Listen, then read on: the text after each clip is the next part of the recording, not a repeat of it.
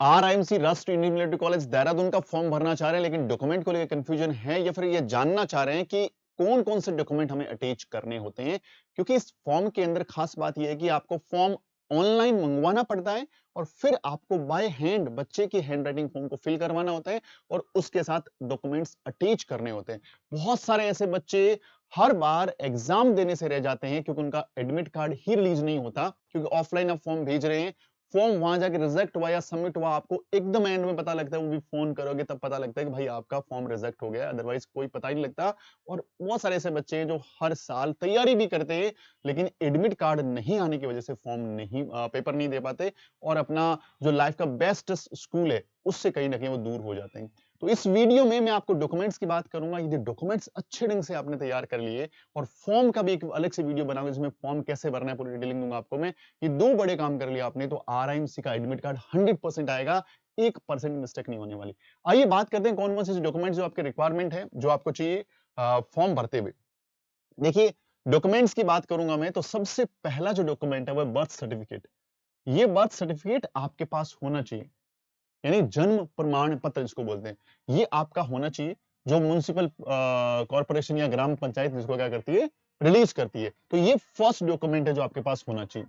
Second document क्या चाहिए, आपके पास डोमिसाइल सर्टिफिकेट होना चाहिए, जिसको हम लोग रेजिडेंशियल सर्टिफिकेट या हिंदी में मूल निवास बोलते हैं। ये दूसरा रिक्वायरमेंट है डॉक्यूमेंट का। और ये दोनों डॉक्यूमेंट ऐसे हैं जो बहुत टाइम लगाते हैं। अब आपके पास SC या ST का सर्टिफिकेट होना चाहिए यदि आप इस कैटेगरी से बिलोंग करते हैं तो।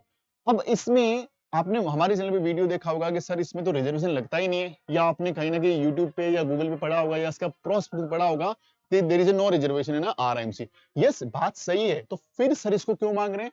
इसके कई सारे रीजन है। जब एप्लीकेशन फॉर्म मंगाते हैं तो उसकी जो फीस होती है उसमें SC ST के कैंडिडेट को थोड़ी छूट मिलती है। दूसरा, आपके बच्चे का यदि आरएमसी में सिलेक्शन हो गया तो जब वो अंदर एंटर होता है तो स्कूल की भी जो ईयरली फीस होती है उसके अंदर भी छूट रहती है SC ST के बच्चों के, तो इसीलिए मांगते हैं। लेकिन सिलेक्शन प्रोसेस में कहीं भी रिजर्वेशन का कोई भी रोल नहीं है।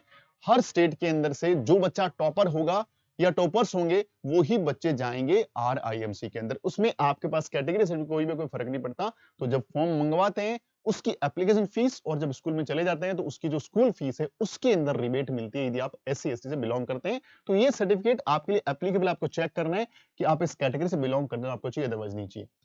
ये तीनों सर्टिफिकेट में आपको बोलूंगा, तीनों जो डॉक्यूमेंट्स हैं, और भी डॉक्यूमेंट बात करेंगे, ये तीन डॉक्यूमेंट जरूर से चेक कर लें, इनको बना के भी रख लें, क्योंकि ये डॉक्यूमेंट में टाइम लगता है।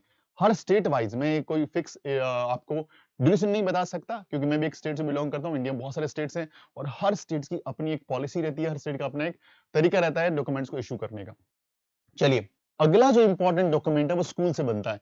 आपको स्कूल के प्रिंसिपल से एक प्रिंसिपल सर्टिफिकेट, एक स्टडिंग सर्टिफिकेट बनाना होता है।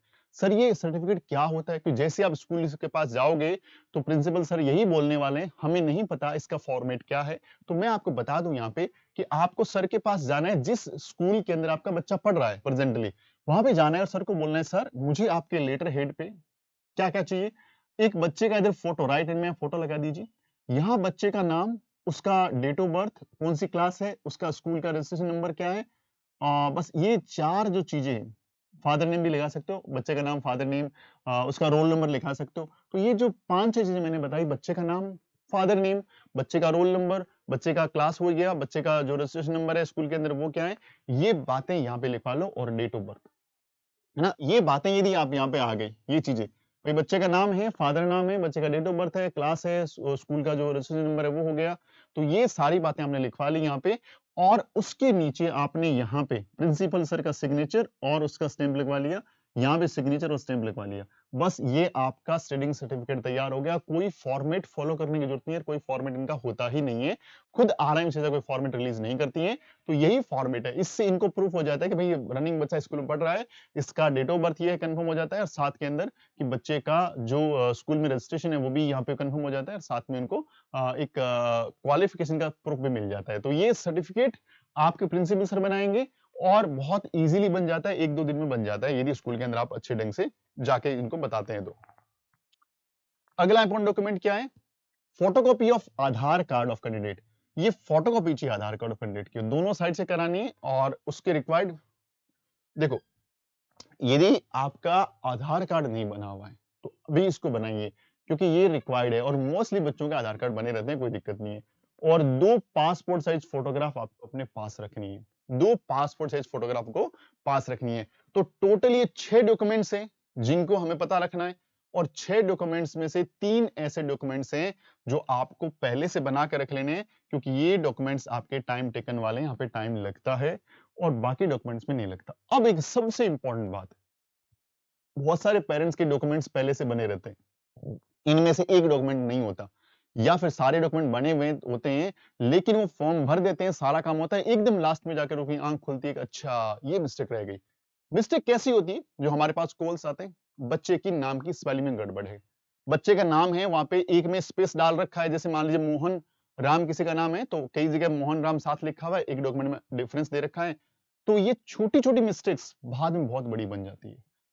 फादर नेम सही नहीं है, मदर नेम सही नहीं है, डेट ऑफ बर्थ में गड़बड़ है, तो आप लोगों को ये सारे डॉक्यूमेंट्स में ना एकदम अच्छे से चेक करना है, बढ़िया ढंग से बैठ करके चेक करना है कि यहाँ पे कोई भी करेक्शन तो नहीं है।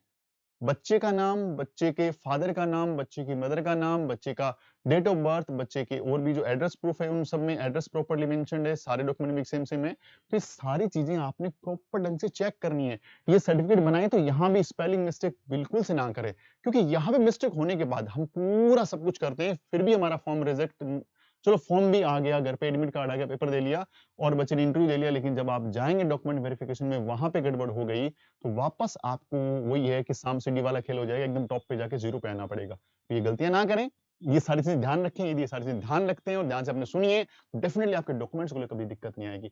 और वीडियो आपको अच्छा लगता है तो वीडियो को लाइक जरूर करिएगा और शेयर करिए अपने दोस्तों के साथ और चैनल को सब्सक्राइब जरूर से कर लीजिए क्योंकि इसमें मैं लेटेस्ट वीडियो लेके आता रहता हूँ और आप लोगों तक कुछ एजुकेशनल वीडियोज हम लोग लेके आते हैं। उम्मीद करता हूँ वीडियो अच्छा लगा होगा, अच्छा लगे तो लाइक शेयर जरूर करिएगा। Thank you very much. जय हिंद, जय भारत।